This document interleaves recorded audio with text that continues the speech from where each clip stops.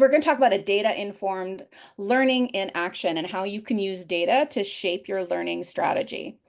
And I really wanted to bring up this number that I saw, this chart that I saw. Of course, I don't actually have the percentages on the chart here, but this is from Red Thread Research, who is a research group that does, I think, fantastic work assessing people and HR technologies.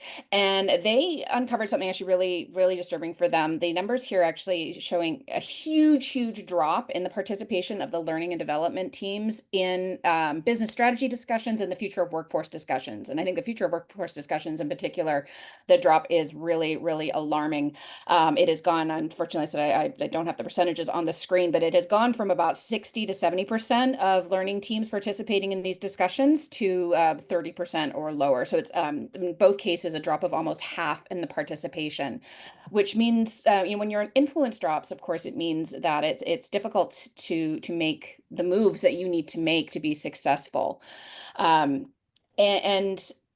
it matters when L&D is involved. The L&D needs to be involved, and they can't really allow themselves to get pushed out, because when you're involved in discussion, when your input matters, then you can get the resources that you need to deliver. You can create that culture of learning that really drives and shapes the organization. And maybe a little self-centeredly, you can avoid being seen as a luxury when the economy is shaken up, and the nice to haves, the perceived nice to haves, get cut. You do not want learning to be seen as a nice to have. You want learning to be seen as critical in order to keep things going. For one thing, it is critical, but it's really important that that message is received loud and clear across the organization. And so to measure what matters to really be seen as critical to have these participations, you need to be really focused on the goal. And I think one of the reasons why sometimes learning gets pushed out of the room is their goals too often are perceived as things like butts in seats. How many people participated? How many hours of training happened every week? What were the scores that people got? And those kinds of goals and metrics are not going to be perceived as valuable by the senior leadership outside of learning and outside of HR. But when you refocus your goal and reorient the way you talk about success in your organization to creating a skilled workforce that is prepared for today and tomorrow, then you become much more critical to the higher level conversations being had at the organization. So with that in mind, understanding how important it is to reorient yourself and speak the language of the business, let's really talk about the data that matters and why. So I'm going to pass it to Alexia to talk about some of these metrics, and go from there. Perfect. Thank you, Caitlin. So, well, now that we have already discussed why measurement matters and how learning and development can drive organizational performance, we're going to talk about what we should actually be measuring and why. So, because if we want to move beyond activity tracking and start really demonstrating behavioral change, then we need to be very intentional about the type of data that we need to focus on. The metrics that we choose are going to be telling the stakeholders what we value. So for example, if we continue to measure completions and training hours, we're implying that we're simply showing up is enough. But if we really want to prove that learning is making people better at their jobs, we have to shift our focus to the data that reflects engagement, application, and growth. So that's where we are going to look at next. What is the data that matters, and why? So we're looking right now at participation rates. This participation rate is, it could sound a little bit basic, but it's more about than just who showed up. A high participation rate in a mandatory training might mean very little. But if people are opting for on a non-mandatory learning, specifically they're returning to it or really completing those paths over time, that is really going to tell us something meaningful. It is going to signal that learners are really seeing value in what we're offering. So a report example is the completion rate of a compliance training or an onboarding program. Now, let me share a tip here with you. So if you filter participation by learning path or by an audience segment, for example, new hires versus the managers, And if the completion rates are going to be different, very different, or are going to have a significant drop, that's not just going to be a training issue. It could reflect actually priorities or blockers in the business. Now, informal consumption. So this is where we start seeing behavioral learning in action. Informal consumption is going to tell us who's learning in the moment using the job aids, the micro learning, even could be social threads, or even the AI agent to really solve for the problems right when they need to. So this is the kind of learning that doesn't show up really on their certificates, but it really is going to show up in their performance. This is very important. Let me repeat that. This type of reports on informal consumption is not the type of reports that are going to provide the learners with a certificate, but it's going to show up in their performance. It is going to affect them positively. A reporting example of this type of data is going to be the number of employees who use the learning agent and their corresponding master percentage is going to be growing. With this type of report, we can see how formal training may really just start the journey, but the informal learning is actually where the behavior change often happens. And if you want to start making sure that you're adding this into your reporting, what you can do is that you can look at the spikes in informal resource usage right before specific events, compelling events or milestones, like maybe you are launching a product or you're going to have a seasonal sale. That's going to be a sign of proactive self-driven learning behavior. Now, course abandonment. Abandonment trends, they typically have a negative connotation and a bad reputation, but it's actually something that is going to give us a lot of insightful metrics. So if people are really dropping a course within the first module, we need to ask, is the content not relevant? Or maybe is it too long or too hard to access? Or maybe let's think about it. Did they actually get what they needed very quickly and they didn't need to go through the rest? So peer abandonment rates with timestamped interaction data is going to be very important. So for example, if 70% of your users dropped off after one video, maybe the video is all that they needed, or perhaps is that they are getting lost in it. So abandonment is not necessarily a failure. It's actually an opportunity to really get feedback and be able to have a good understanding of what's really happening. A suggestion over here is that you can perhaps start adding a survey, not necessarily only towards the end of the course, but you can also get very short, brief surveys that you can add after each module so that you can have a better understanding of the behavior. Now, learner satisfaction. Are learners really satisfied with the training, with the content, delivery, topics, the instructor, the relevance? So learner satisfaction is going to be a window into how your users, your employees are perceiving the training. But it is also how people feel supported into their growth. That is why it's very important to measure that sentiment. It's one thing to ask for them to rate a course, and really ask them if they really feel that they were supported. And it's also going to be very important if you follow up a few weeks later and ask, did this content actually help you? So that is where this insight lies. A good example is like when the onboarding training got a 4.7 overall into a rating with a 5 score for relevance and content. Then you go back again and you ask for the respondents to come back and rate it again to see if that was applicable and helpful into their daily jobs. Let's go with content interaction time. Here's one of the most misunderstood metrics. So people often report the total time spent in a course, but that includes also the idle time. It's really where learners are also getting distracted. They're maybe working on a couple of other things. But what really matters is to obtain a good insight for active interaction, real engagement. So the time spent watching, reading, scrolling down, clicking, completing activities. If learners are spending 5 minutes on a module designed that for 30 minutes, then there you have a red flag. Maybe the content isn't working, or perhaps it's not needed, or perhaps it's even very, very effective. Now, compliance training with extremely short interaction times could be a risk. But if you think about it, for example, for an onboarding or skills training on low time on task, this is going to help us as well obtain that feedback. So engagement really is not only attendance or just completing, it's also the attention that the learners are giving to the materials. So that is going to be a look at some of the learning data that you can already tap into, metrics that go beyond really just the check boxes. So this is going to give you a picture of engagement and behavioral change.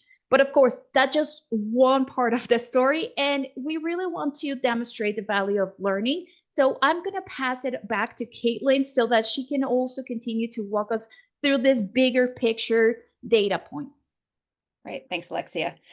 Yeah, so I'd like to talk about some data points that you should be asking for. So I recognize this is probably not data that you, well, definitely not data that you have in your learning management system, but this is data that is available somewhere in your organization, and you should ask for it to help augment and enrich the data that you're capturing from your learning management, because it will help you tie together both what you're doing for learning and the impact that it's having on the business. So let's take a look at some of these metrics, and I'll go over where you can find them, and then we'll look at how you can bring those two things together.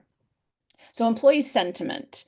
So sentiment is things like basically how employees are feeling at work, how they're feeling about their job, how they're feeling about the resources that they have to do their jobs, and so on.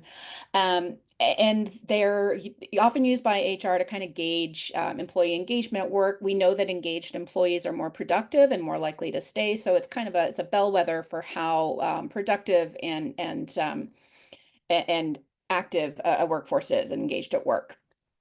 So these are often, there's a number of different ways employee sentiment can be captured. It can be basic surveys, it can be products like Culture Amp or NPS gathering tools specifically meant to gather these kinds of scores. But if your organization is capturing employee sentiment, then you should be asking for those scores so that you can see if you can map them to what the work that you are doing, because things that learning is responsible for can impact employee sentiment. Employees who don't feel like they have the resources or tools to do their jobs will have a lower sentiment. Employees who feel supported at work, who feel like their career growth is being supported through development and resources, are going to have a higher sentiment score. So you'd like to want to be able to pull that into your initiatives and see if you can find any correlations, and then report on those correlations back to the organization. For example, whenever there's a big change at work, a new system, that can take a toll on employee sentiment. So the work that you're doing to keep that up will really show up in the employee sentiment score. Any productivity metric. So there's no one system that is going to have a productivity metric. It will depend on the work that your organization does and how you track productivity. It will depend on different departments. So for example, sales team, of course, their productivity metrics is going to be their sales pipeline, their wins and their losses. Your IT department will have a productivity metric of time to close IT support tickets. Same with your support team if you offer customer support. Basically anything that you measure that is your business's bottom line that you can measure, those are productivity metrics. And if you as a learning organization is directing your training outputs at productivity metrics, which you probably are because that's probably why they have you there, you want to have those metrics. You want to see those metrics, and again, look to sort of correlate them to the work that you are doing. So the example I have here is that when a new sales enablement curriculum is rolled out, does it correlate to an increase in sales results? First year turnover. So the way that turnover is calculated, by the way, it's the number of new hires and divided by the number of new people who quit in their first year for that same year. So let's take 2024, the number of new hires in 2024, and divide the number of people who were hired and left in 2024 by a percentage point. That's your first year turnover. We all know the highest rate of turnover happens in the first year. And one of the biggest contributing factors is, again, a new hire's feeling that they can succeed on the job, that they have the resources to do their work, which is one of the reasons why we do onboarding training, because it's so important to bring people on board and help them feel equipped to do their job. So your measure of success is going to be your first year turnover rates. So having access to that number is good information for you. Are we supporting our new hires appropriately so that they feel like they can be successful and stay? And then for you to demonstrate that success, we've made changes. We saw the turnover rate come down. So it's a way of tying your work, again, to something that is a really valuable metric. You can get this number from your people analytics team if you have one. If you don't have one, again, it's a pretty simple calculation. The number of people who left, who are hired and left in a year, divided by the new hires in that year. You can find lots of information online about how to calculate it. It's a pretty straightforward calculation. Knowledge retention. This is going to be a little more vague. It'll be stored in different systems depending on what it is. A really good way to kind of measure knowledge retention outside the workforce or outside of the LMS is going to be basically the application of new knowledge on the job. So that's going to be things like performance reviews, on-the-job assessments by supervisors, overseers, and so on, and self-assessments by learners. You know, a couple, say 2 months out from training, do they feel like they have the information they need to apply it at work? So you might be able to have some influence on the capture of knowledge retention rates of knowledge on the job, or you might be looking to access other assessments such as performance reviews. And just informal reviews. But if you can start to pull that data in, again, you are connecting the knowledge that you have taught in a formal or even informal setting in the LMS with its application and use weeks, months, years out from when it was actually acquired.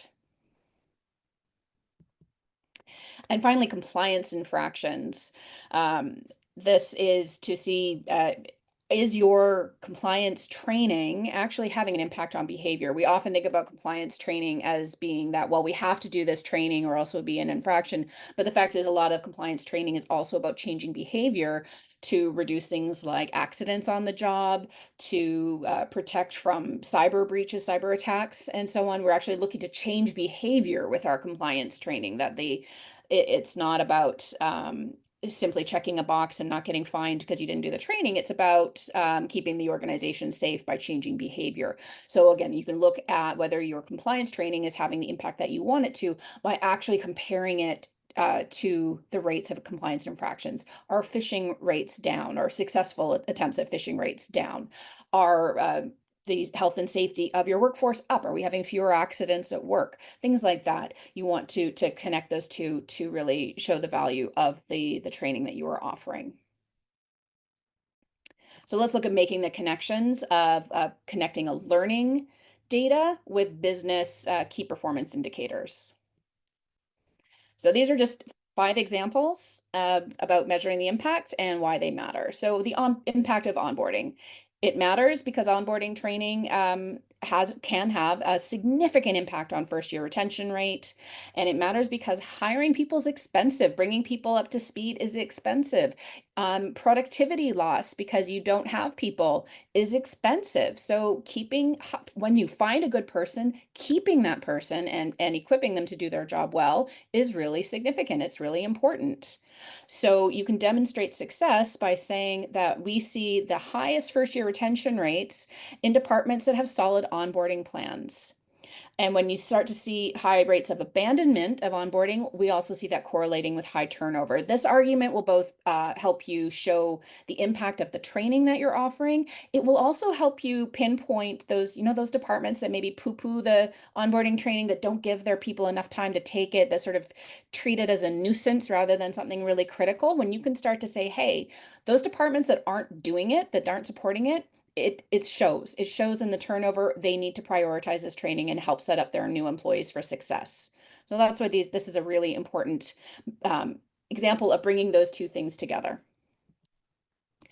Time to productivity. So again, like I said, productivity can be measured in a number of different ways. So there's not going to be a single measure or a single report that you'll be able to do. But if you can pick out some that really matter across your organization, whether it's it's time from their point of hire to when they've reached a significant measure of productivity in their particular department.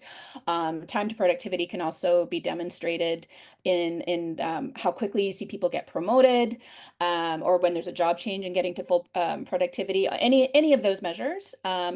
It will demonstrate the impact and the criticality of your training on employee performance and the business outcomes.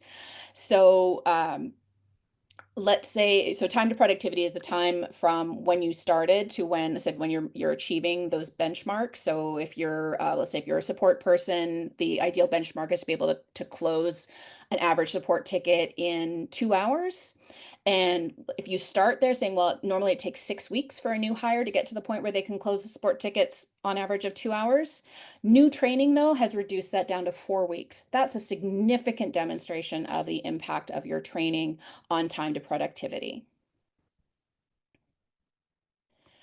The reduction in compliance infractions. I sort of alluded to that in the last example, but when you're measuring the reduction of safety, legal, or technical risks because of your compliance training, you are able to demonstrate that you are actually having an impact on the safety and wellness and the overall health of your organization. I mean, just being able to reduce phishing infractions. Phishing, by the way, is when, those spam emails that allow a malicious actor access to your organization. And it only takes one employee to fall for a phishing scam to bring your system down for hours or days or weeks.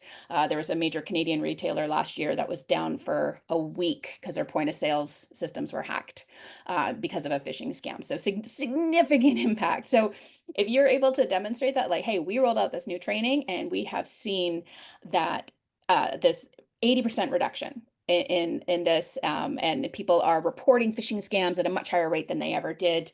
That's a significant demonstration of the value that you are bringing to the organizations overall. Employee and learner satisfaction. So employee satisfaction times learner satisfaction. Are you able to show that your learning is significantly impacting the overall sense of well-being and engagement and satisfaction that employees have at work? For example, employees report that having access to tools like CYPHER Agent make them feel supported at work, like they're being given all the assets that they need to do their jobs.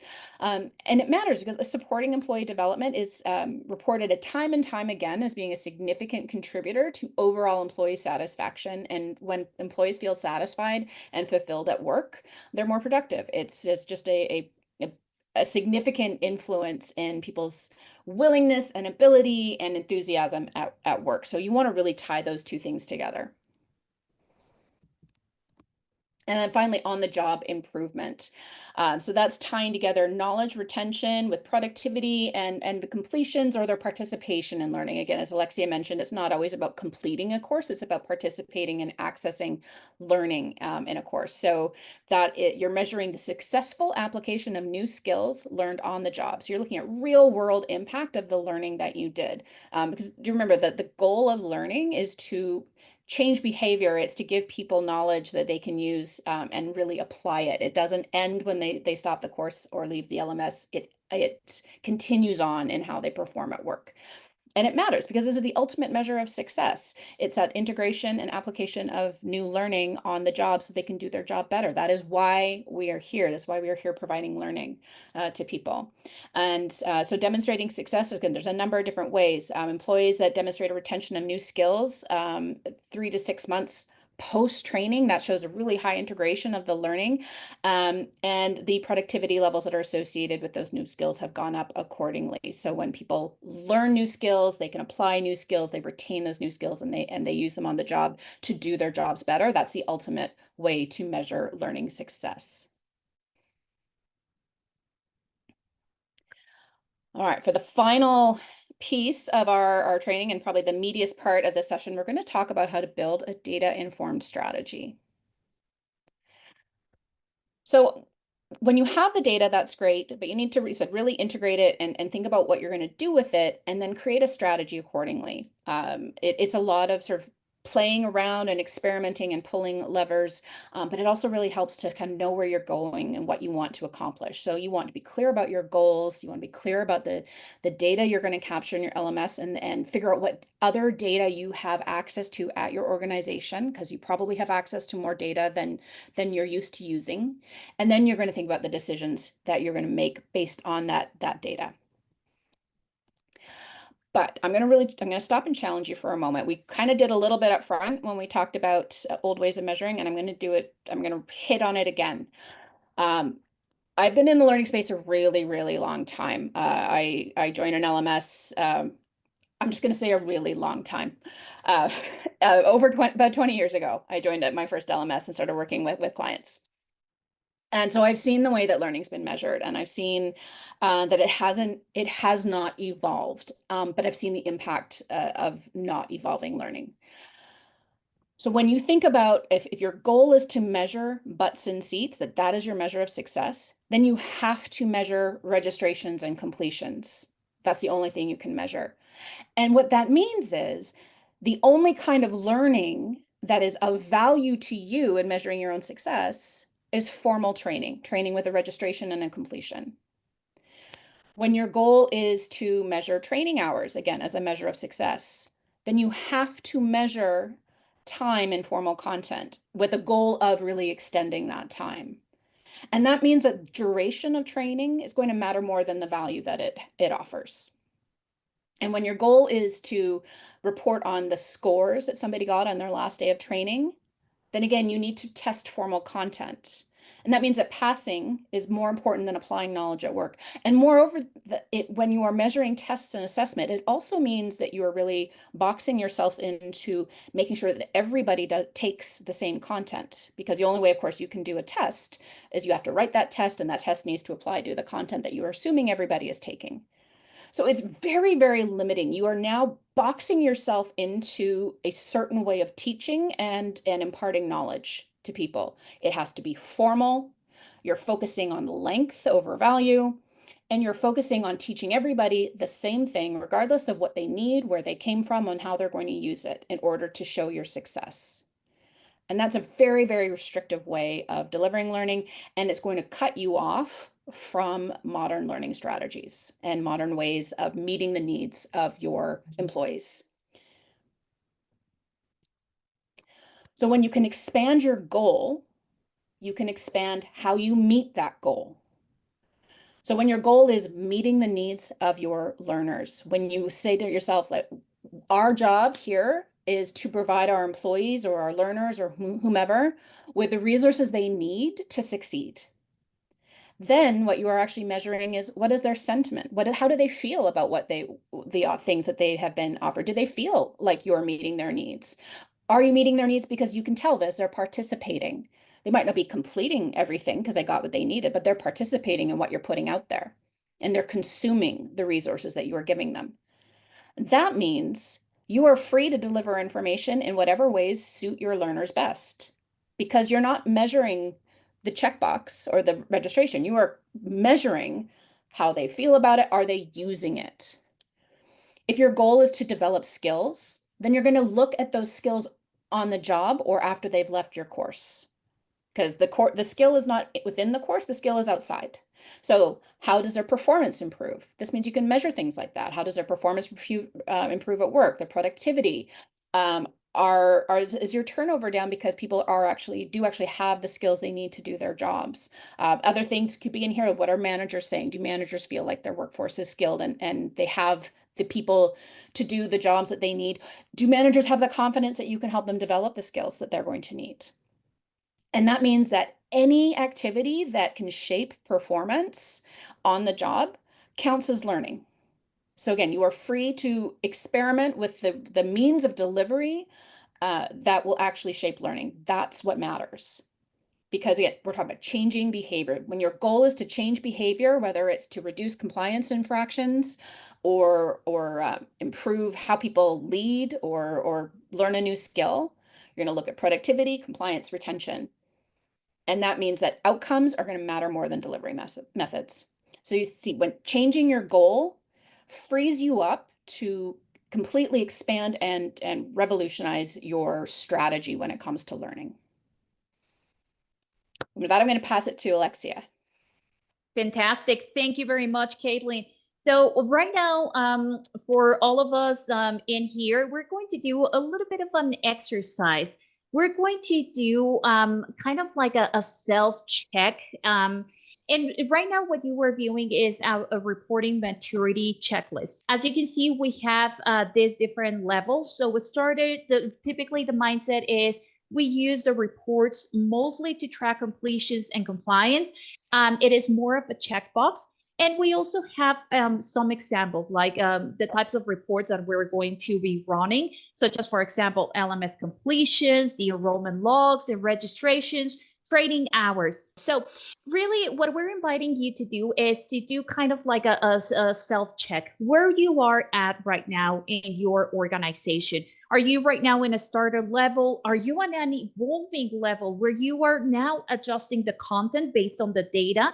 Some examples of the reports and actions that you're taking, it could be, for example, quiz failures, triggering extra practice. So if someone has failed a quiz, that now you're adding or giving them another additional attempt, or maybe you're giving them more content, or maybe you are now checking the course abandonment and as well the retention. If you're in a strategic level, that is where we are using this data not only to act, but we are predicting, and we're also being able to create different actions. And really what we're moving into is a more highly personalized learning journey. So things that you can be searching, or signs that you are using, or at a strategic level. So maybe it's that you have already automated interventions based on data, for example, remediation, that you are giving yourself alerts, that you are really obtaining that sentiment and the participation, and that you're really correlating this information with KPIs. So in reality, a starter level is going to be a great baseline. That is perfect. And it is okay to be at any of these levels. The only issue that we see with the starter level is that it doesn't really help you understand whether learning is actually changing anything. Is it changing really the behavior? So what you can do to grow toward is going to be by start filtering your reports by role or by department, so that that gives you better insights. Or maybe start looking for behavioral patterns or different signals like abandonment or interaction times. And then if you're at an evolving, what you can also do to start moving into a strategic level is that you can start layering in correlations. So for example, a quiz failure, obtaining that versus the course abandonment. So you can see if learners are really going to be disencouraged by that.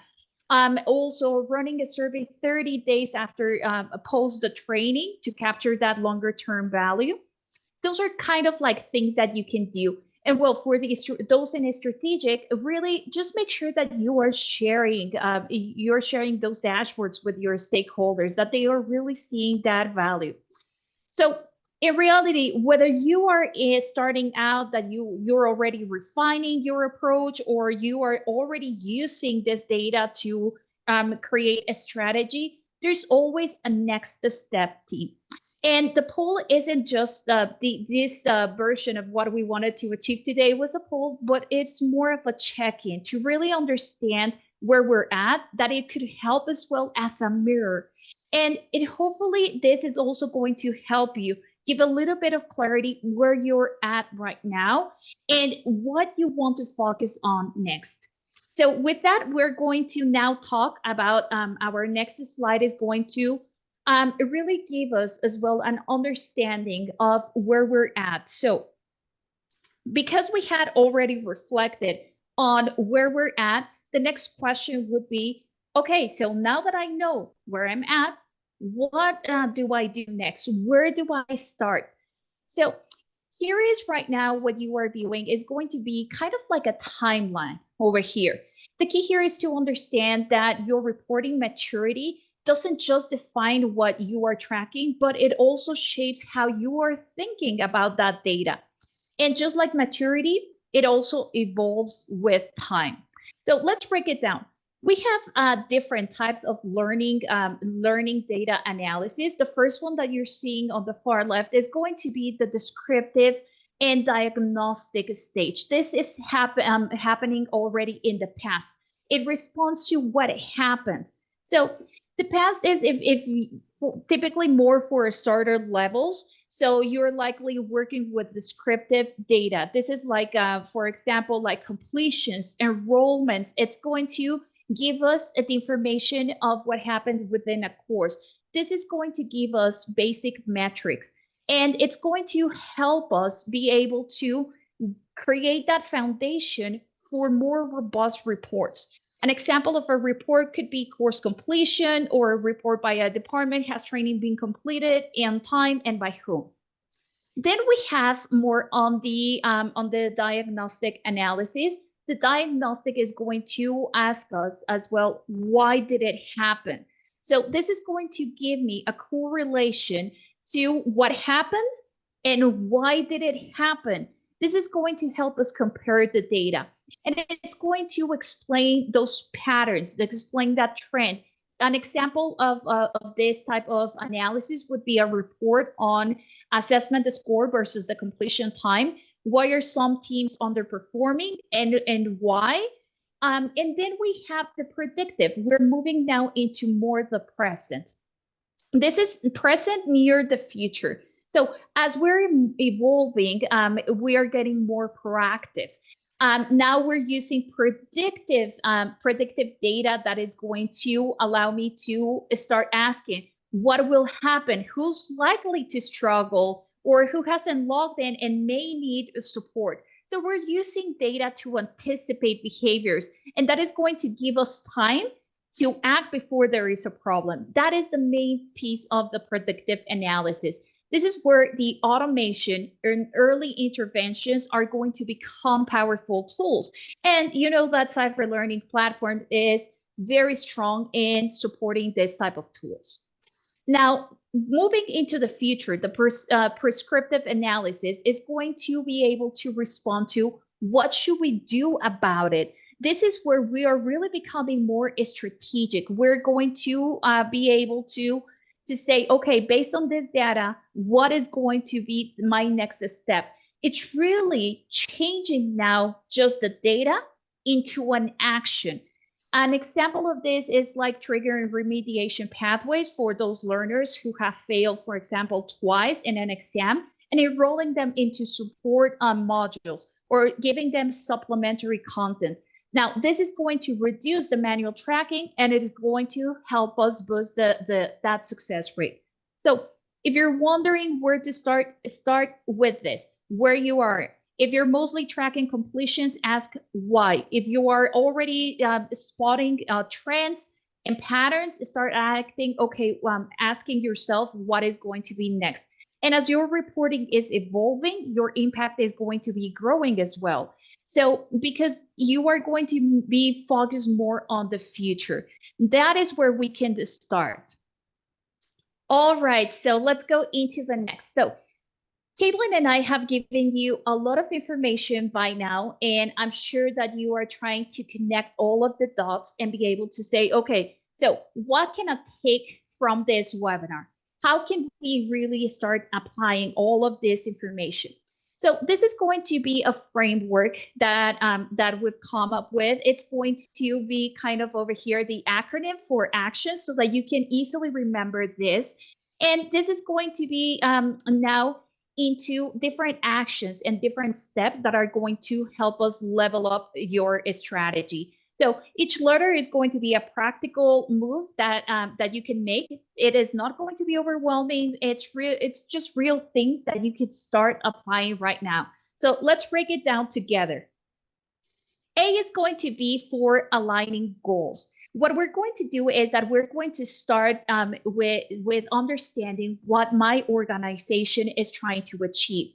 Am I trying to improve compliance? Am I trying to reduce the time to competency? we need to make sure that we're aligning learning goals with business outcomes. Caitlin shared with us some examples earlier, and we can also go through those and check which ones we're trying to do. So this can also help you for you to understand which are going to be the goals that you may be looking into. This alignment is going to give the report a purpose, which is actually going to take us to the C for connecting KPIs. So next, what we're going to do is that we're going to map those goals to the actual metrics that we can track. For example, if your goal is going to be a faster onboarding, maybe what we can do is to take the time, we can track the time to completion or early assessment goals, or maybe the activity and participation in those first 90-day activity. The key really is to measure what matters, not just what it is easy to report on. Next, we have the tracking with the tools. So this is where the LMS comes in, your LMS, LXP. This is where we're going to use the custom reports, the dashboards, the widgets, whatever your platform is going to offer it so that you can gather and visualize that data. And we can also make sure that we are considering other third-party systems such as your HRIS, your CRM, because that might hold as well the information into job roles, tenure, or simply just general data that you may be needing. For I, it's going to be implementing a pilot. So before rolling everything out there and just being able to say, okay, this should already get me this type of information, make sure that you are testing it. Pick a course, an example course, or pick a team or a department, run the reports, gather that feedback, see how it works for you, and see if that data that you're obtaining is really going to help you make the decision. A pilot is where your reporting strategy is going to really get real. It's going to allow me to understand if A and C haven't actually been done correctly. Now, the kind of like the last step is going to be the how we are going to be able to optimize. This is where we're going to learn how to refine that content. We're going to improve that automation and clean up the dashboards. So maybe a report needs better filters. So we can go back, review it, test it as well with my pilot. And if we already have it, then we can start automating this. So you can automate, for example, enrollments, nudges. This is where the good reporting is going to start saving you time, as it's going to trigger automations. And N is going to be for, it's going to stand for normalizing the reporting. This is where we're really going to generate an operating rhythm. This is when we're scheduling the reports, where we are sharing those dashboards with the stakeholders, and we're using those insights for regular reviews. Don't wait for someone to have to come to you and ask you for the data. Make it part of how you are leading. So whenever we are thinking about building a smart, scalable, data-driven learning strategy, action is going to be how we're going to do it, and it's easy to remember. So make sure that you are applying this. Perfect. So now that we have walked you through this practical framework for building that learning strategy, now let's pause and talk about what to watch for. Now we have discussed where we're at, how we're going to apply it. And we wanted to share with you as well some recommendations and what to be in the lookout for that we have seen in our personal experience as well working here. So the first thing that you're seeing over here is that what we've noticed is that people are tracking everything, trying to make sure that they are adding all of the custom reports or all the chart reports into the dashboard.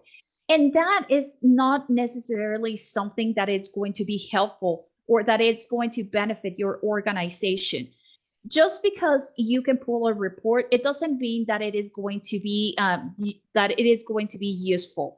Because basically what you're doing is that you are tracking everything, but using nothing, you see? So just because you can report on 20, 40 data points, it doesn't mean that you should.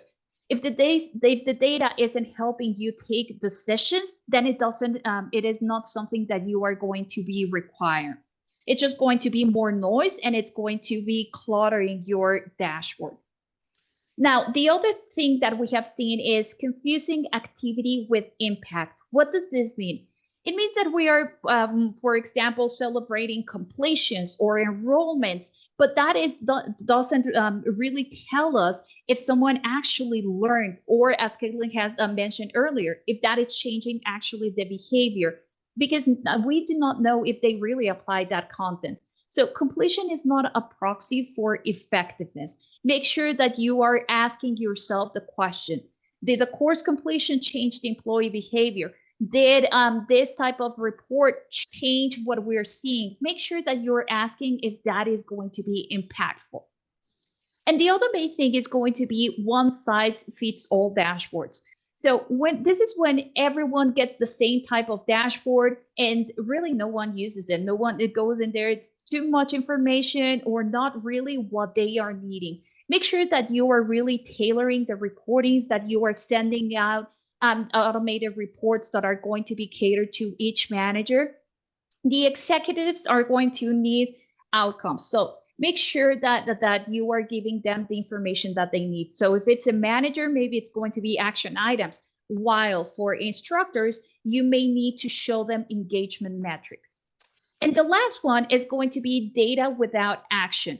These are reports that just sit in your inbox, or worse, that are getting pulled just to check a box like, hey, I have already completed this.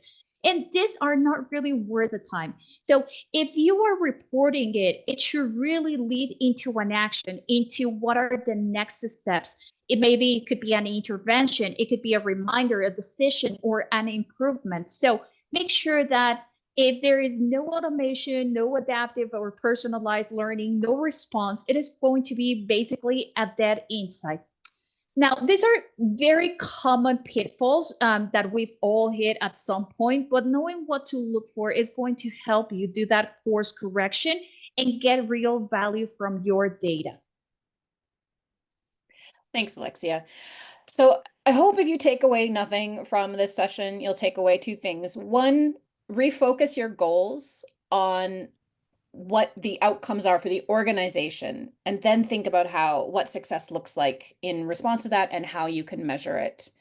And we hope that you take away, different KPIs that you can be measuring, but start small, as Alexia says, start small, take focus, make it meaningful, and take action. Data without action as a dead insight, or just not impressive. But you do have the opportunity to rebuild your strategic partnership with the rest of the organization by showing your success, by speaking the language of the business, by using data. So as always, we try to have some resources available for you. Alexia did a CYPHER Live about 2 weeks ago, where she walked through the reporting features in CYPHER Learning, showing you how to create custom reports, how to create dashboards within CYPHER Learning. So do check out that recording again if you want to get the most out of your CYPHER Learning reporting. We will also be making a reports job aid available to you with some common tips that Alexia is working on. That will be, you'll be able to find that with this recording on the CYPHER Pro Tips page. And then I just wanted to shout out an organization called Insight 222.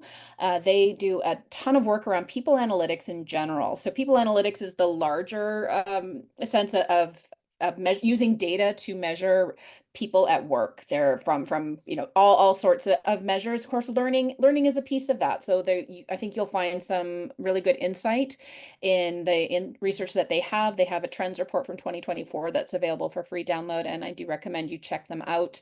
I think it's a really valuable. Working with data when you're not used to it can feel a little uncomfortable and a little unfamiliar, but there are a lot of resources on the web that can help you adapt and get more used to talking with data and really drawing actionable conclusions to help improve how you deliver learning, and how you talk about it, and how you talk up your own success. You guys are all good professionals. You know what you're doing. The key here is to really demonstrate the success of what you're doing and the impact that you're having at work. So with that, I want to thank everybody for joining us today. It was really great to have you. Any questions we didn't address live during this session, we will address in a resource that is available for you to download with this, and we will send this recording out to you when it's ready. Thank you so much.